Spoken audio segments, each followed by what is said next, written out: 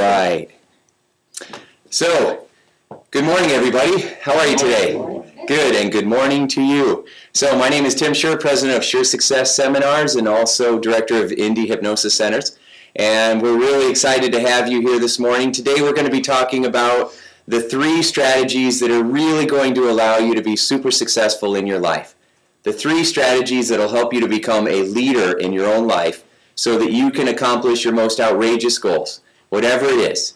If you want to feel really happy each and every day, if you're trying to overcome the past, if you feel like you're struggling in some way and you want to overcome that, or maybe your life is really good and you just want to go to that next level of success. You want to grow, you want to contribute, or maybe you're trying to transform your body.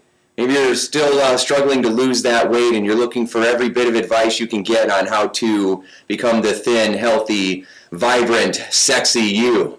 Or maybe you want to stop smoking or achieve other goals.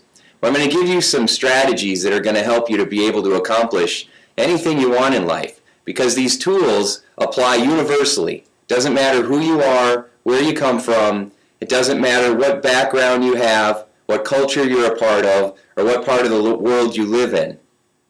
These tools are global, they're universal. It's really how do you use the power of your own mind, how do you use the resources that you already have inside of you to your advantage. So I'd like to start with an overview of what we're going to be talking about. Driving over here, I came up with 3 words that describe these leadership values. And the 3 words are believe, build, and become. Believe, build, and become. Believe in you. Believe in yourself. Then become the person that you need to be to have what you want to have. A lot of times people are here, but they want all this. And they think to get all this, they have to go outside of themselves and find the right partner, the right marketing plan, the right experience that's going to allow them to just bring everything to them. But it doesn't work that way. If you want something that you imagine is here, then you must build yourself up to be able to have that. Sometimes people will say in relationships, I can't seem to find the right partner for me. All the people that I find aren't the right people for me. Well, maybe you're not the right people for you. Maybe you need to cultivate yourself, grow and build yourself, and we'll discuss how to do that so that you're able to attract the kind of person that you want to attract. When I'm working with companies, the leaders will sometimes say, my team is negative. Well, look in the mirror then, because if you're surrounded by a bunch of negativity, then it's probably being exuded from you, because we tend to attract whatever's going on inside of us. As the Talmud once said, life is like a mirror, and what's inside of us is what we will see outside of us. So we must build ourselves. The 3rd step of being a very successful leader in your own life is to become. You need to become all that it is that you want to be.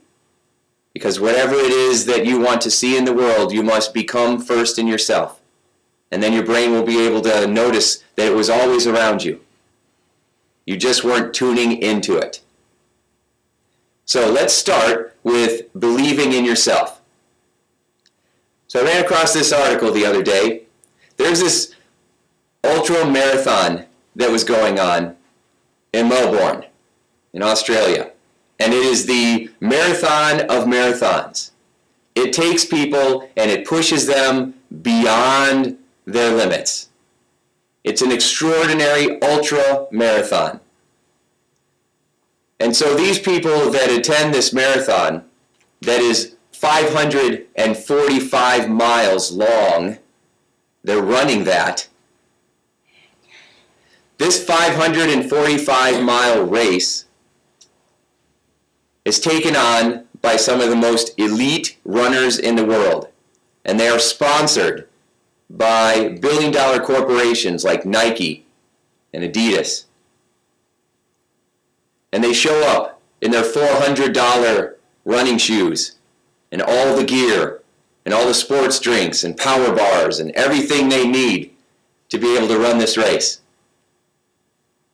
So about 11 years ago, a race is held in Melbourne, and these runners are coming up to the starting line, and here comes a gentleman named Cliff Young.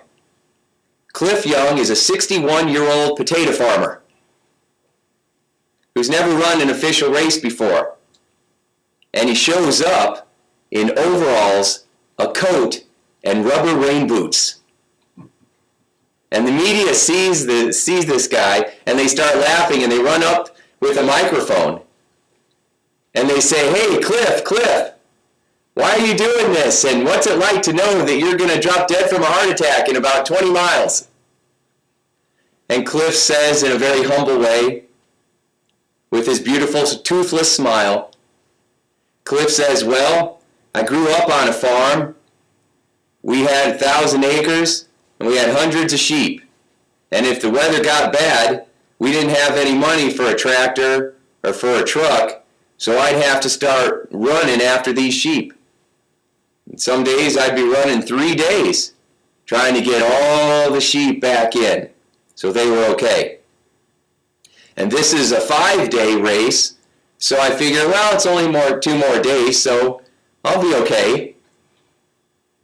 Cliff believed in himself, even when nobody else did. To make it worse, when the gun went off, everybody took off, and they were miles ahead of Cliff. And Cliff ran like this. He was more shuffling than running. Everybody has their pacing, but not Cliff. Cliff was shuffling. And everybody thought this was just the silliest thing they ever saw. So they focused on the other runners, and these other runners were going like wild. That night, the runners decided to sleep. And so they laid down about 10 hours into the race. Some of them ran 15 hours. A couple of them ran 17 hours. And then they put up their camps and they slept. But nobody told Cliff all the rules, you see. Nobody said that you were allowed to sleep. So Cliff just kept running and running and running. And Cliff ran all day and all night and won the race. In fact, took some notes here just so that I get it right. He says, "I grew up on a farm where we couldn't afford horses or four-wheel drives. And whenever a storm rolled in, I'd go round up some sheep. I had 2,000 heads and we had 2,000 acres. So double what I said before. Sometimes I'd have to run for those sheep for 2 or 3 days." He didn't mention 2 or 3 days in a row. By the end of it, Cliff came to the finish line, and there was all kinds of people that were cheering and clapping, and the media were there. And he said, surviving with hot chocolate and cups of water, Cliff Young shuffled down the highway for 5 days, 15 hours, and 4 minutes straight. When Young finished the line, there were hordes of cheering fans. He had broken the all-time record for the Westfield Sydney to Melbourne Ultra Marathon by 2 days. So not only did nobody believe in him, but he believed in himself. He beat the hardest record on earth to beat by 2 full days. Now the other cool thing about Cliff is that he didn't know there was prize money either. So he got a check for $10,000. And the great thing about him was that when he had the money, he felt so bad that the other people didn't get anything when they tried so hard that he split the prize money with all the other runners. Now that's leadership. That is believing in yourself no matter what. This is Cliff Young.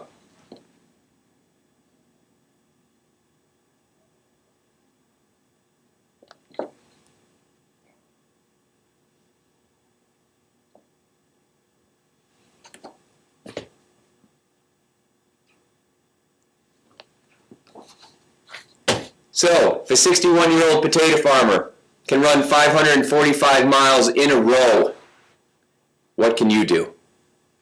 What can we accomplish? We must believe in ourselves no matter what. And if we're having trouble believing in ourselves, it means that you have self-limiting beliefs inside. Programs from the past that are running in the computer of your mind that need to be updated or donated. Update them or donate them.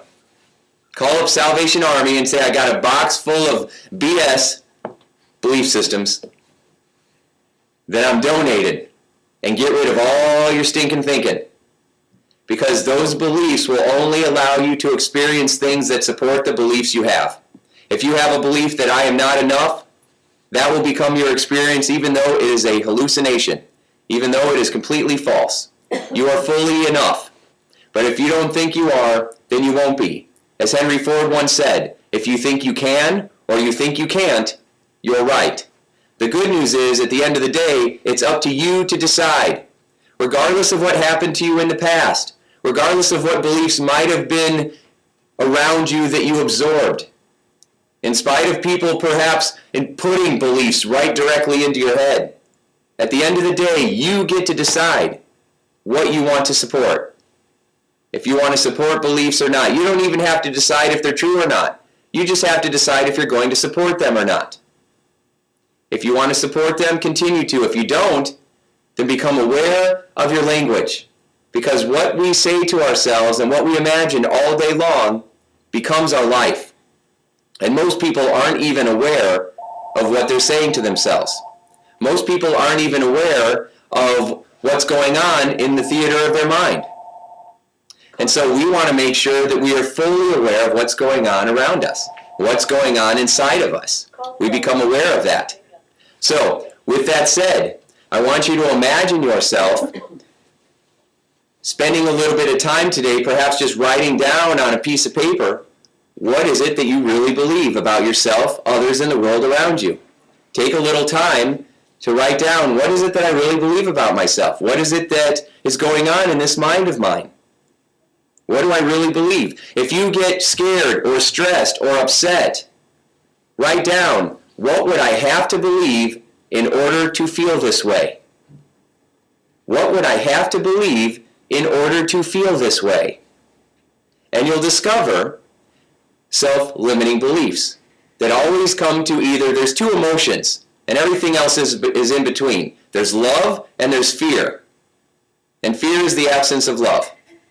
So there's love and there's fear. Every other emotion is a range between the two. If you have a self-limiting belief, you are subscribing to your fear. In your mental garden, you are spending more time watering the weeds than your flowers. Now, unfortunately, especially in the English language, it's easier to feel bad than to feel good. Did you know that there are 4,000 words that describe emotions? 4,000 words. And 3,600 of those words describe negative feelings. 3,600 of them out of 4,000. We only have 400 words that could describe positive feelings. And most people only use 2 or 3 of them. You'll notice that you use the same types of words, the same types of phrases, and you describe the same types of feelings over and over and over again. We recycle them. We become addicted to them. They become habitual. So you're feeling content, and then you get bored, and then you get frustrated, and then you get sad, and then you get perhaps fed up, and then you go take action, and then you feel content again until you get bored, and you go through the cycle. Some people walk around always finding the silver lining, looking for reasons to be happy. Some people are always upset. Some people are always getting mad. It's easier to get mad because mad is a more empowering feeling than sad or scared. And when we don't want to feel sad or scared, we just get used to being mad because it's more empowering. It gives us certainty. At least I know how I feel and who I'm angry at. Another person, a president, an economy, God, whoever. But the feelings that we hold inside of us affect us physically, mentally, and emotionally. They cause us to gain weight, feel exhausted. They hold us back. And that's why the second part of leadership is building you. First, you got to believe in yourself, then you have to build you. Zig Ziglar, a famous motivational speaker, said that the things that we really need to learn about how to be successful and fulfilled in life are not taught to us in school. What we really need to learn, we do not learn in school. We have to learn in the school of life. And if you want to understand how to do something, you have to go out and get the education. So, if 80% of success is a mental game, how much time, energy, and money are you investing in developing your mental game? I got to tell you, from hanging out with a lot of humans over the years, not much. Most people don't spend very much time developing themselves. They're just going through life winging it. I mean, did you all have a course on how to raise children before you had them? Did you all take courses on financial mastery before you started messing with your money? Did you all take courses on marriage before you got married? Yet these are some of the most important things. Have you all had courses on how to take care of yourself? Physically, or body? Probably not. Yet these are the most important things. How many of you take care of your spiritual part of you? Besides church occasionally. The things that we say are most important are not the things that we put the most time and energy into. It's backwards, which is why 20% of the population is the most happy and has most of the stuff. And 80% of everybody else is complaining like they got a raw deal. Everybody's challenged. But when you're born, you have two things. You have resources and you have time. Human beings all have about the same amount of time, give or take. And we all have these resources. Our brain, our imagination, our will, our feelings, our thoughts, our desires. We just have to learn how to use them to our advantage, how to optimize ourselves, how to build ourselves. And the way that you build yourself is by getting an education in the stuff that matters most to you. So today, you're here, or you're here online, and you're taking in information. You're empowering yourself. At this moment in time, you're building yourself. I sent an invitation out to thousands of people. We probably have about 100 on this call with us. Out of thousands. Very typical. Am I surprised? Not at all. Because that's how it is. That's how it is. You have to decide what group you're going to be in. Which group are you going to be in? The group that reaches the full potential, looks back on their life and says, well lived.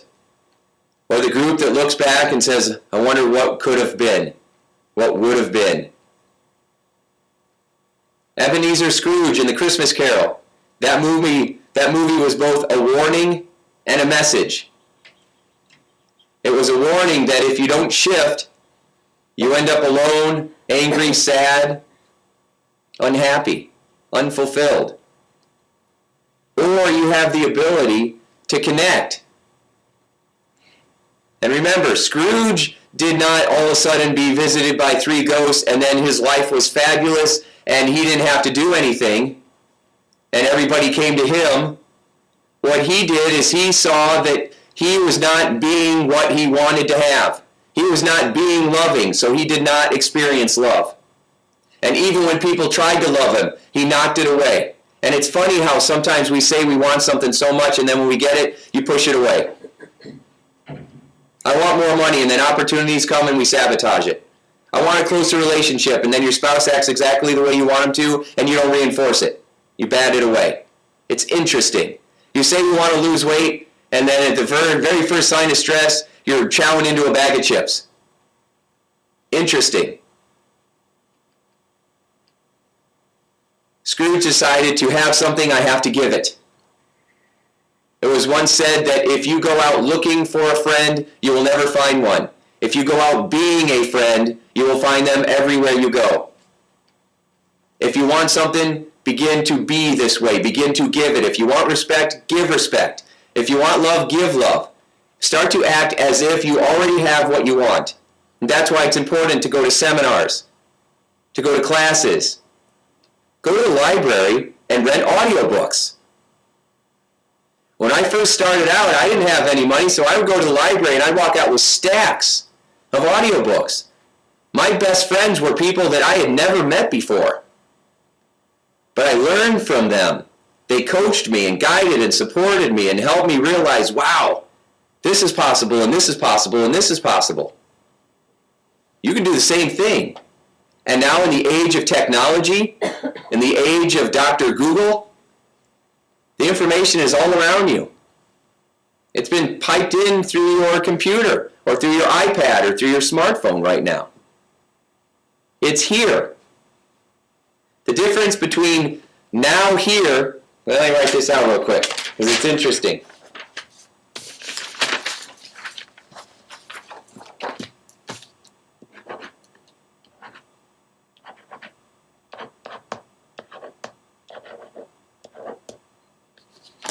What's this say? There we go. Yeah, what's this say? Now here. Now here. It depends on your perspective. For some people, can't see the camera. Here we go. There we are. Great. For some people, it says nowhere. For other people, it says now here. It just depends on where you put the space, where you put the emphasis, where you move the W. You either move the W over here or you move it over here. They're both right.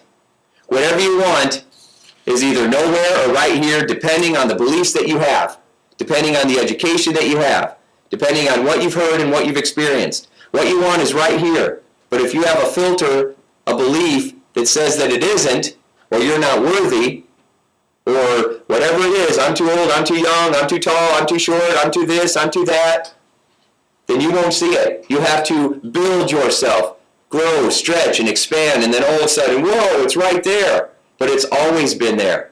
The room you're in is filled with music. Can you hear it? It's filled with music. There are radio waves filling this room right now. There's jazz and country and rap and rock. There's gospel. There's talk radio. There's all kinds of music. What you need is a tuner, and then you tune it in to a specific frequency, a specific vibration, a specific station that you want to tune in because you know that's the kind of music you want to listen to because of how it makes you feel. Well, your brain is like a tuner. You got to tune into the information that you want because you know it'll make you feel a certain way. But we are so used to having our preset buttons that we typically go right to the station that makes us feel bummed. And then we look outside of ourselves for the reason why that is, when it is not outside of us. And even when situations happen that are outside of us, we still have the ultimate ability to decide what kind of meaning we're going to give to those situations. So at the end of the day, you still have power. If you're not believing that, then read A Man's Search for Meaning by Viktor Frankl, who was a Jewish psychiatrist that was in Auschwitz, a Nazi concentration camp. And they did everything they could to a human being to cause pain. And he decided that he was going to survive that, even though nobody else did that he knew. He had a vision. He decided he was going to build himself, believe in himself. He had a reason to survive. He was going to go out into the world and travel around the world and share his story so that it never happens again. Never again, which is a slogan for the Jewish people. Never again. And so he realized that he had to start sending love. Because if you send fear or anger, it just feeds the monster. So he started sending love. If you start sending love to the things that you're afraid of, the fear dissipates. It fades away. That's why people have said, love thy enemy. Because to hate them just makes them stronger. So what we do then is we start to send love into whatever it is that we want. Victor started loving the guards and they stopped beating him. And after a while they started coming to him for advice, and then they took care of him. And that's how he made it out. A more modern day metaphor is that of Shawshank Redemption. Similar story about a man in prison who was having hardships. He started helping the guards. They started protecting him. And he made it out of it. So we have to build ourselves, become aware of what it is that's going on in our minds, and begin to shift that. We begin to create an environment around us that supports us. It allows us to feel strong because we are hearing people saying good things to us. We are listening to music or audiobooks that empower and inspire us. We are watching movies that give us inspiration and hope. We are hanging out with the people that we want to be more like. You are going to be exactly like the 5 people you hang around with the most. So choose wisely.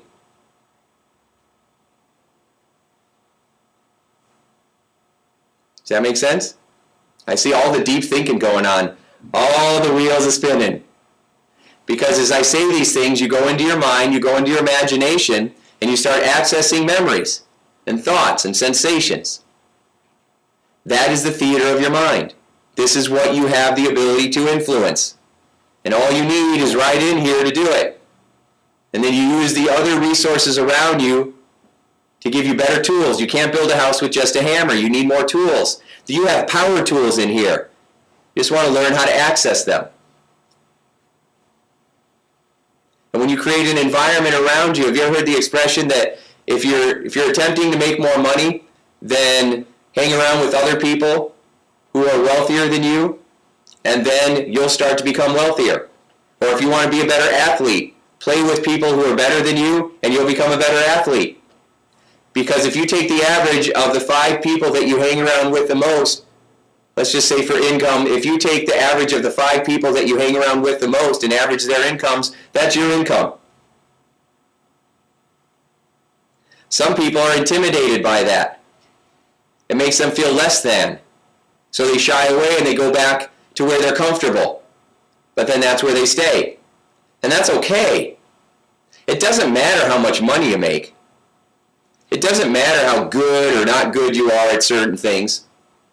What matters is what you want. I know people that are worth millions of dollars that are unhappy, miserable. And I know people that have very little money that are happy and full of joy. It's not the money. We're taught in this culture in America that fame and fortune and status are what make you happy. And that is false. None of the research supports that at all. The research says that what makes people authentically happy over a long period of time is your personal development, your personal growth, how you manage the world. Enlightenment is really about being centered in the moment instead of jumping into a past or a future and causing anxiety. Being present in the moment and being at peace with whatever's going on. Realizing that all situations are neutral until we give it meaning. Voltaire once said, "It's not the cards that you are dealt in life, but how you play the hand." So authentic happiness is about building yourself and then building a community around you. Building strong, loving relationships around you. Family, friends, so that you feel connected together. That's what it's really about. I see our cultures slowly fading from that more and more and more. People are thinking the people skills don't matter that much, the soft skills don't matter that much. They think the connection is about complaining on Facebook. That is not. And people are feeling more isolated, more unhappy, and more stressed as a result of it. So we need to build ourselves up in a whole new way. The third thing we've got to do is become the person that we want to be. And that means first defining what kind of person you wish to be. Define the kind of person you wish to be. Have you ever taken time to just write down your mission statement? My life is about this. This is what I want people to remember me by. This is the one message that if anybody asked me what's the secret of life, this is what I would share with them based on my experiences, and if I wanted to instill them with hope.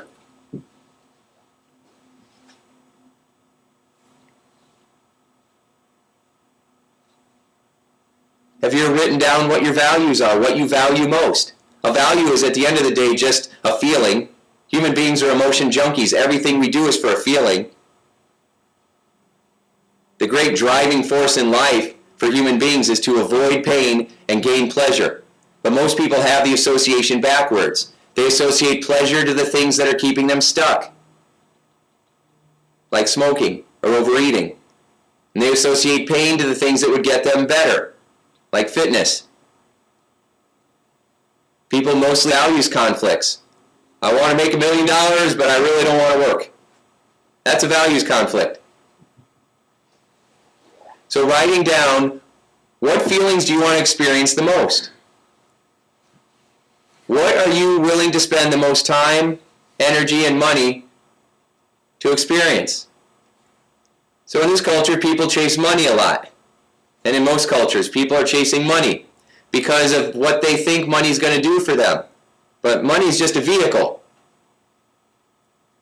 Money is just a vehicle. So people think, well, it's going to help me feel safe. Well, you can feel safe right this second.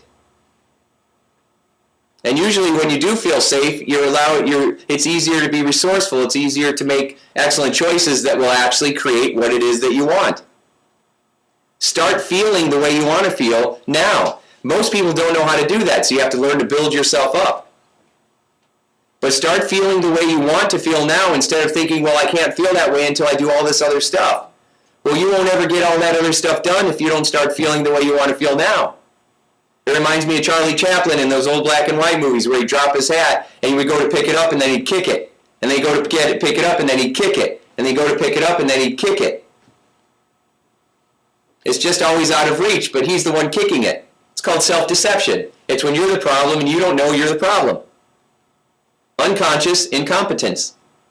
We need to move you to conscious incompetence, so now you know it's you, so you can own it. Responsibility means the ability to respond. Once you own it, then you move into conscious competence. Now, you know the right thing, you're moving in the right direction, but it takes a lot of work, and sometimes you slip, and that's okay. And then you finally move into unconscious competence. Now it's a habit. Now this is who you are.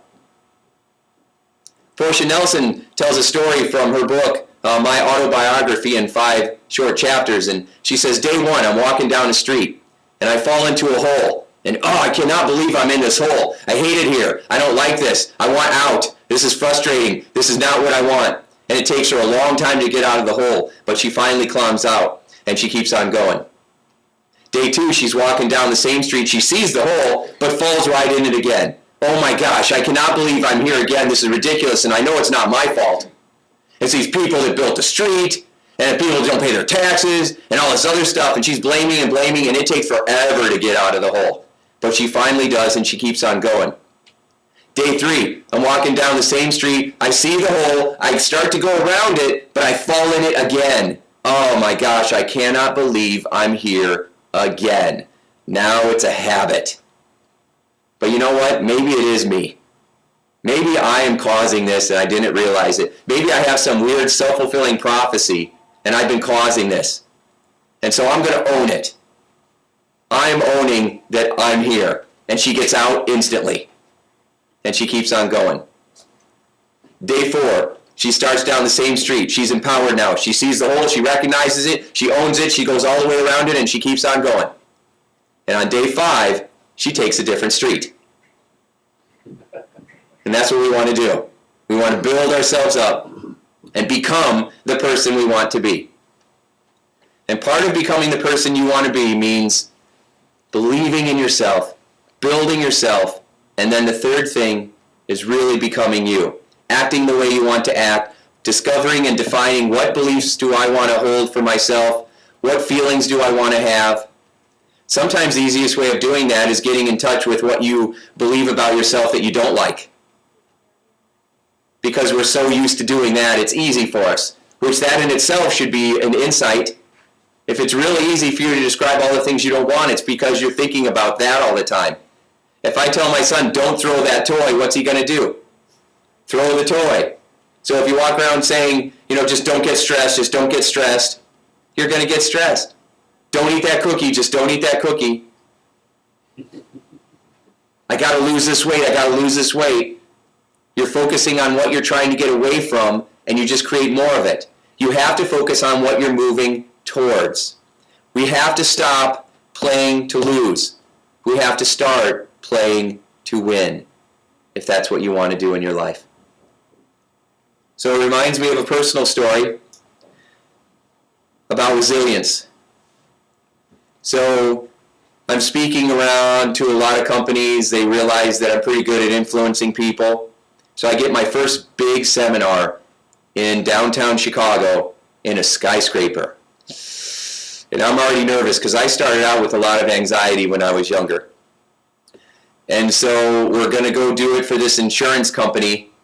And I've got my stuff down. And remember, this was when I was younger and I was still teaching. If you have a negative thought, snap your rubber band, which can be okay.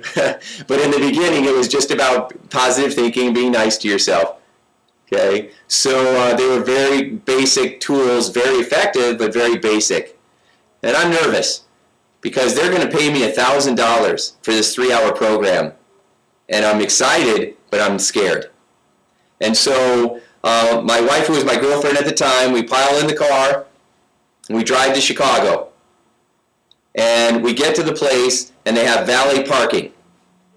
And valet parking was like, oh man, that's weird. Okay, so I'm not used to valet parking, but we have the valet parking, and then we go upstairs, and I walk in this room, and I'm used to like 20, 30 people, which I like because there's always going to be somebody that'll laugh at my joke, at my jokes, but there's 7 people there.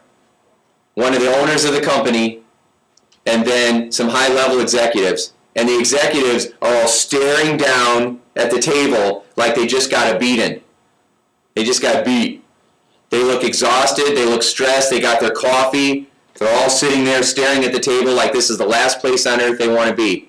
And I come walking in, and I already look young, and I think I was maybe like 27 at the time. So I look like I was 14 coming in, going into this executive meeting, and these people are looking at me like, what is this kid doing here? But the president was very polite, or he was a vice president, and he was very polite, and so I started in. And I started cracking a couple warm-up jokes to create rapport and soften the audience, and they bombed. And then I started freaking. Because these jokes always worked. They always worked. And in this setting, which I was not used to because I was not part of corporate America before, my jokes weren't working, and people looked like they were going to eat me or something. They just looked so angry. And so then I got really scared. And usually what I'll do, being a hypnotist for all these years, it's like my last resort. I was going to end the session with a hypnosis session, get them relaxed. Well, I panic, and 10 minutes in, I have them all close their eyes. Because at least I didn't want them looking at me.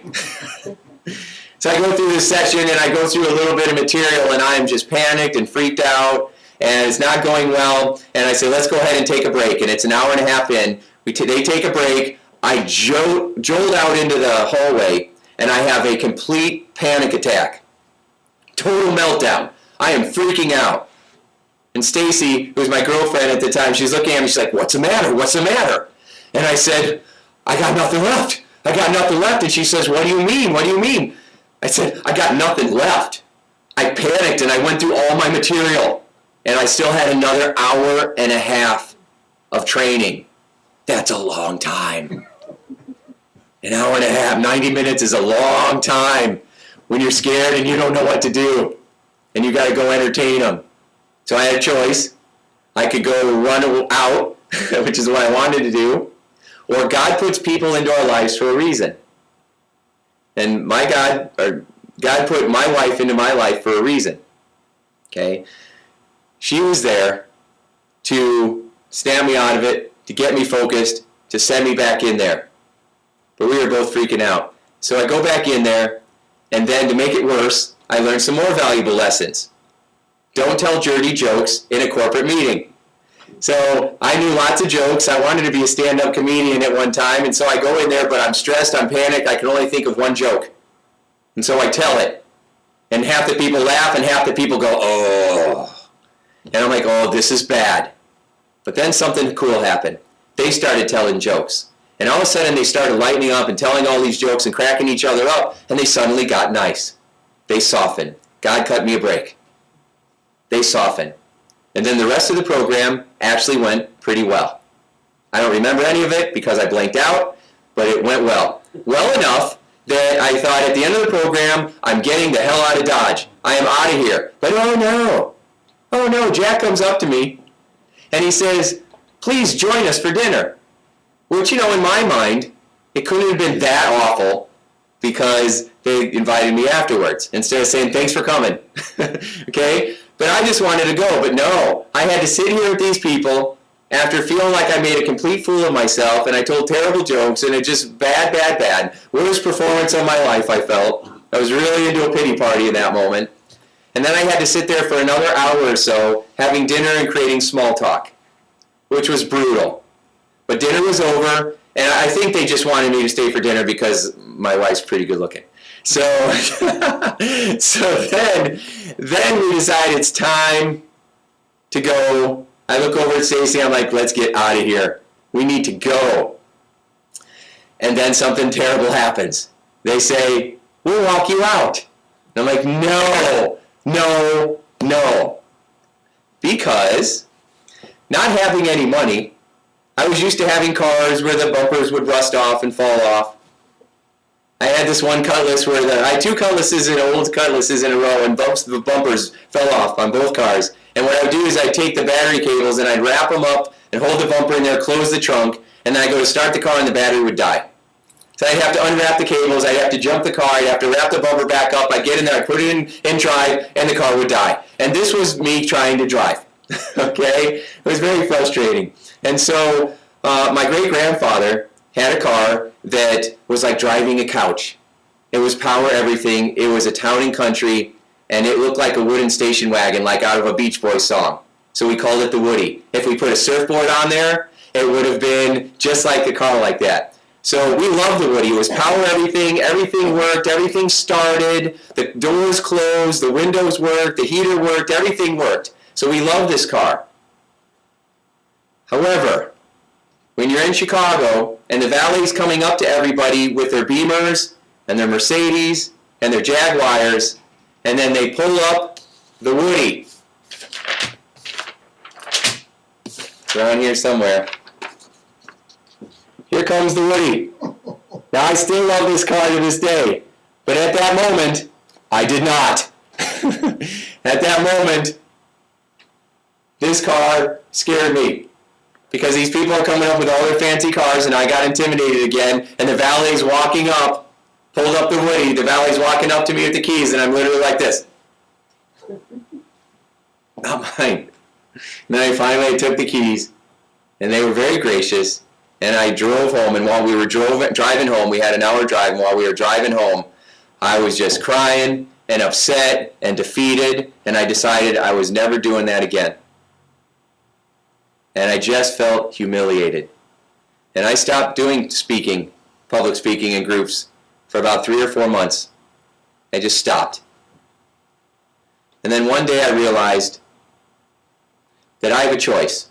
I can look at that experience and let it strengthen me, or I can let it defeat me. I can learn from it, grow, become stronger, have more material than I would ever need so I was fully prepared, which I do to this day. If I have a one-day seminar, I walk in with 2 or 3 days worth of material. I'm very well prepared. And I could look at that situation and quit, which would never allow me to feel fulfilled. or I could become resilient. And I always tell people one day I'll tell that story and laugh at it. And it took about 10 years. But I'm telling that story even today and laughing. It was a great experience for me, even though it was painful at the time. You know, diamonds start out as a piece of coal that go through tremendous pressure. To become a diamond, you don't get run through feathers. You go through tremendous pressure, but it's what makes you sparkly. It's what makes you sparkly. Wind is resistance, but when you're sailing, it's what moves the boat. The goal in life is not to avoid the storms, but to learn how to dance in the rain. So we must decide who we're going to be. Believe in ourselves. It doesn't matter who you think you are or who you think you were. Who do you want to be?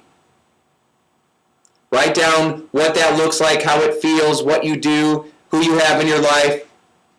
Paint the picture. Writing it down makes it real and 1,000 times stronger. Imagine yourself already being this way.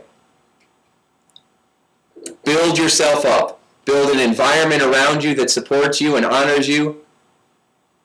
Surround yourself with people who will lift you up instead of lean on you.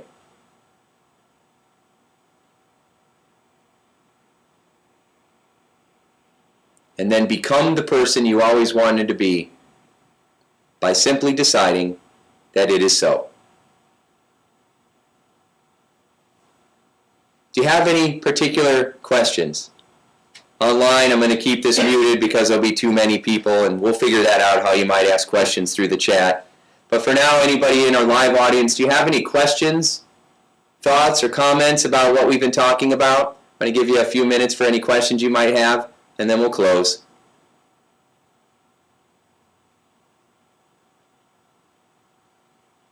I know one of the questions that I've been asked before is, how do you overcome procrastination? When you really want something but you can't seem to get yourself to move towards it.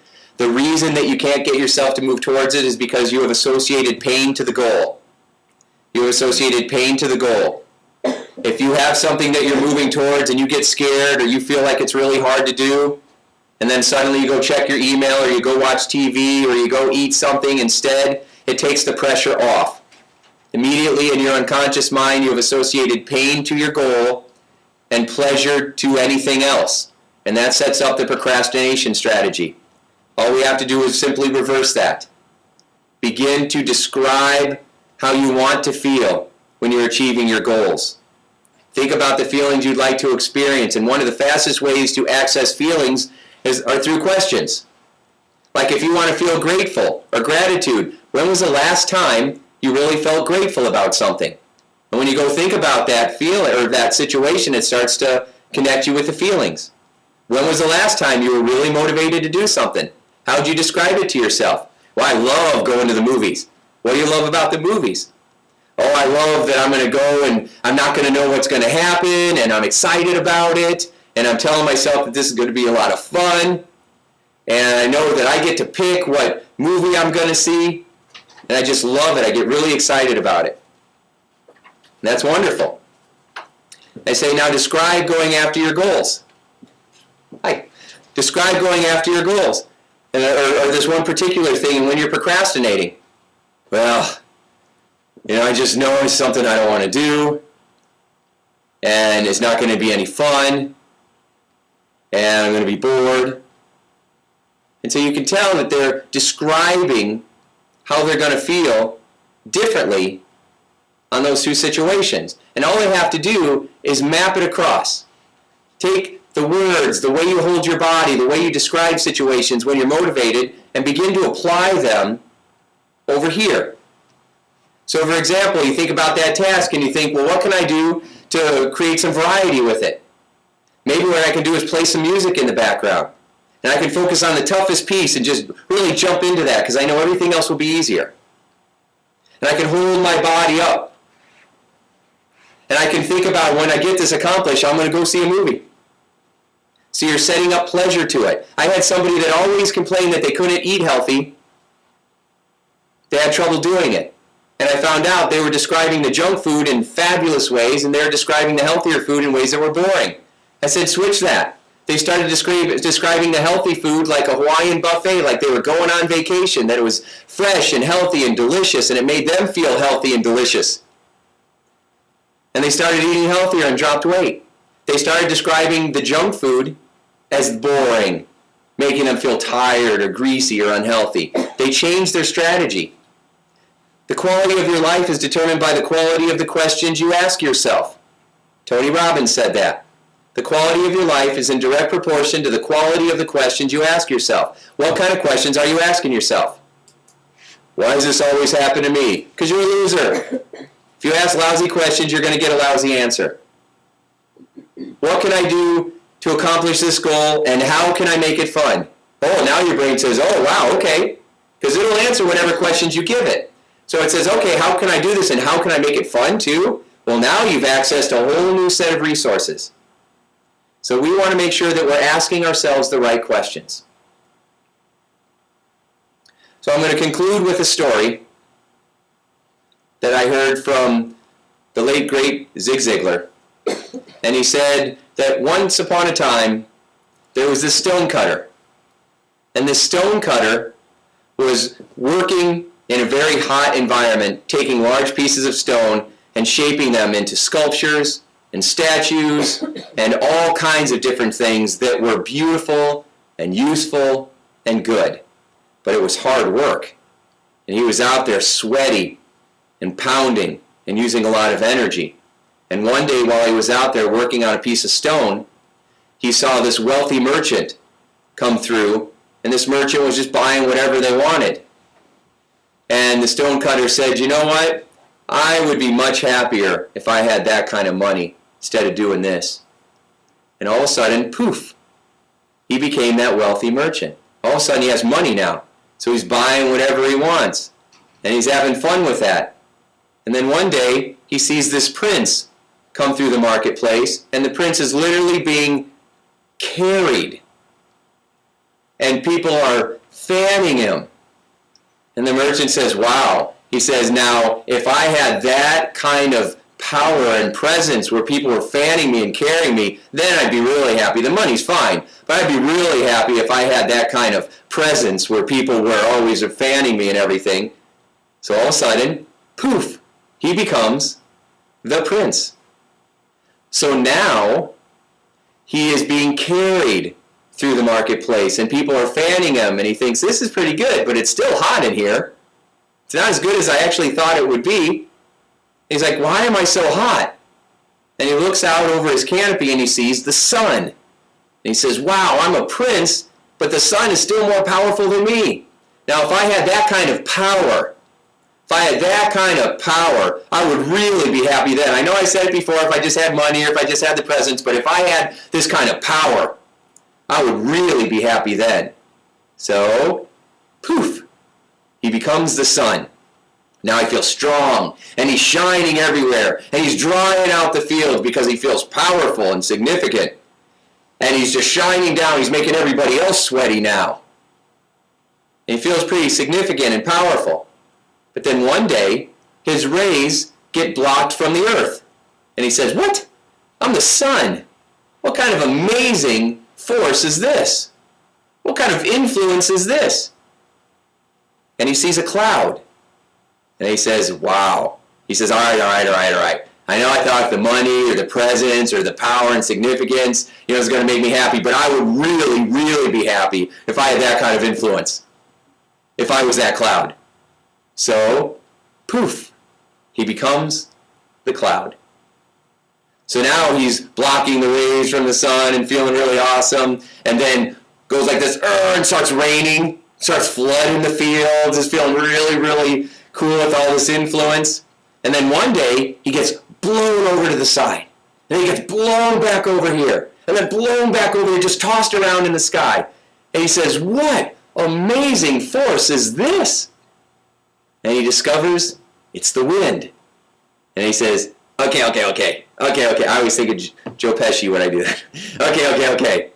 If I was the wind, I would be so happy and fulfilled. I promise. I would be so fulfilled if I was just the wind. So, poof, he becomes the wind. So now he's blowing the fields over, and he's blowing people over, and he's blowing the clouds all around.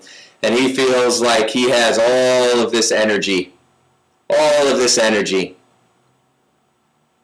The money and the power and the prestige and all that stuff doesn't matter, because now he has all this energy. And he's blowing everything, and then one day he blows against this huge object, this giant piece of stone, and he blows on it, and the stone doesn't move. And he blows, and the stone does not even budge.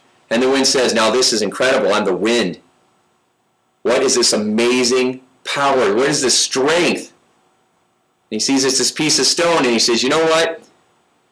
Okay. If I was this stone, and then that's it. If I was this stone, and I had all that strength, if I was that strong, then I would be happy.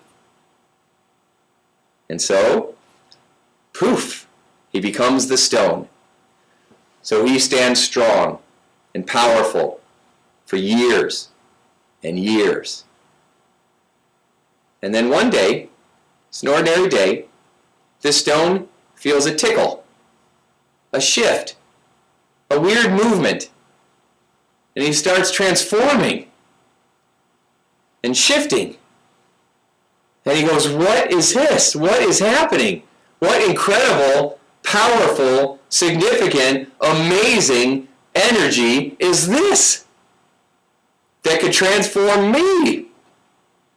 And he looks down and he sees a stonecutter. Take your time. All the way around. If I just had this, if I just had this, if I just had this, if I just had this, just having this doesn't make us happy. Because as soon as we get it, we don't care anymore. You wanted that big house, you get in the big house now, you're used to it. You have all that stuff you just had to have, and a year later you're selling it for a nickel in a garage sale. All that stuff. They say we spend the first half of our life collecting stuff, and the second half trying to get rid of it. Where the most important things in life aren't things. So realize that you already have all the resources and everything you need inside of you to live your best life now, to fully reach your potential. You must believe in yourself. You got to build yourself up using all the tools outside of you to cultivate what's already inside of you. And then after all that, you get to become who you've always wanted to be. And that is our greatest purpose. Thanks so much for joining me today. God bless you, and I hope that your day and your life is a sure success. Thank you.